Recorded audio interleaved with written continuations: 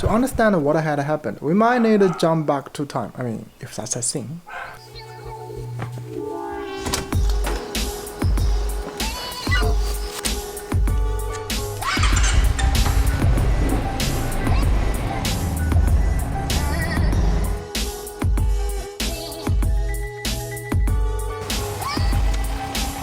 So it was just a normal day and I just finished the gym and I went out and there is a little bit of tiny wind, so I thought it would be a good opportunity to test the Mini 3. And the next thing I do is I send it up by using joystick, and while it's hovering I thought, okay, the sound is actually a little bit quiet compared to Air2. But while I was sending it up, suddenly the screen started rotating extremely fast and I looked up to search for the zone and I can see nothing. I was touching a panic that I keep sending it up trying to get more satellites, but it seems just not possible. It shows like a limitation height for 30 meters. During that time I didn't push the left or right because I know there is no side sensor. Anyway, I was in kind of panic and did push the forward because I remembered it does have front and back sensor even without GPS, as long as the light is proper, because I used it in Air2. Anyway, I hear the sound and from that so I quickly run there because I heard a crash. I just afraid it might hit something. I mean, the drone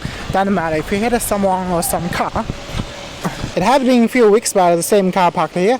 Anyway, the drone was kind of around this area. You know, I don't understand very well because there is always no 30 meter. I think maybe the drone hits that kind of line and then dropped down. Because if it is higher, maybe the drone didn't see the window, so it's kind of crashed the window and then dropped down.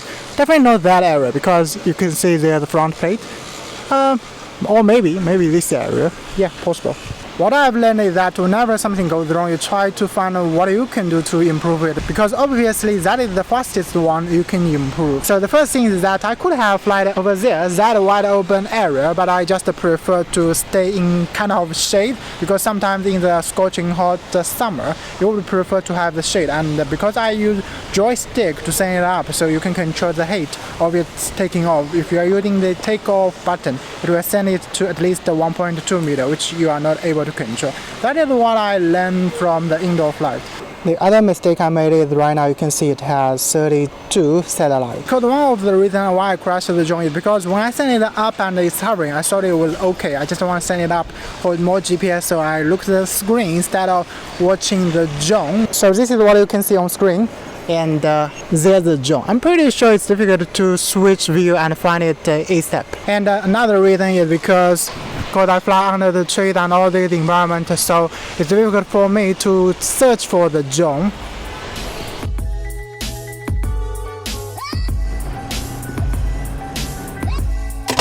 So I saw the repair fee might cost $200 or $300 because the drone itself cost almost $600. And I didn't bought the DJI Care because I have used Air for 2 years and never have a problem. So I was an experienced pilot and don't need DJI Care. However, DJI did repair it at just 364 CNY yuan with rate. It only took them 4 days to analyze and shipping without considering the shipping time. They even prepared the propellers for free, maybe because I put a complaint on their website. I mean, I do know as a user I can do better, but I also suspect that the camera rotation is because DJI 3 is quite tiny and light. When it's without GPS, it's actually in attitude mode, and when there is wind, I mean, I know it can resist the wind if it has GPS. You can see the video here, which kind of mislead me, but if you think about there's no GPS and the wind blow it, a tiny drone like DJI 3, what will happen? I mean, I have tested for you. And this is also sent from DJI from the damaged part. So the analyze from DJI is that I took off when there's weak GPS, and when I sent it up, somehow it lost the GPS because there was buildings surrounding it, and their data didn't show the gimbal had rotated very fast. And I asked the guy who called me that does the front or back sensor work when it's in attitude mode, because the only thing I did at last is send it forward, so the sensor, if there was sensor, maybe it should detect something. And from what he said, the sensor doesn't work, but that's not true because I have done that with Air2 and here I done it again. That's just not true. Right now it has no GPS.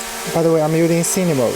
You can see the sensor is actually working even without the GPS. It will not go forward because it has detected obstacle. But I got to say the service from DJI is really efficient and responsible, because they even send this thing back because, I don't know.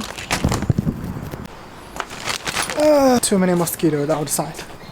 So from my understanding, it's because I fly the drone at low GPS, which you can see even in the map, it doesn't show the proper building around it like this one. And I used my experience on the Air2. I thought I just needed to take it off and then fly high, it will get a GPS. I believe it's the wind caused the Ministry drifting rapidly. And when I moved the eye from screen to search the drone, in my view, I didn't find it because I was kind of blocked by the trees, so I get a little bit panicked and I tried to send it up, but the weak GPS limited it into 30 meters, and then at last I was panicked and I sent it forward, or maybe it's in that area, went to see the glass and it didn't react correctly, so it crashed and then landed. Anyway, that's the story, and my recommendation is that no matter how good you think you are, buy the DJI Care, because it's like insurance, you never know when you're going to use it, but if you are going to use it, it definitely save you a lot. And the other recommendation is that don't think DJI Mini 3 is a superior drone than the Air2 or even Air2S. They all have their different usage, and about that I'm gonna talk to you later next time. So that's it for today. I'm gonna go and keep training for the backflip, and for you, fly safe and have a nice day. Bye bye.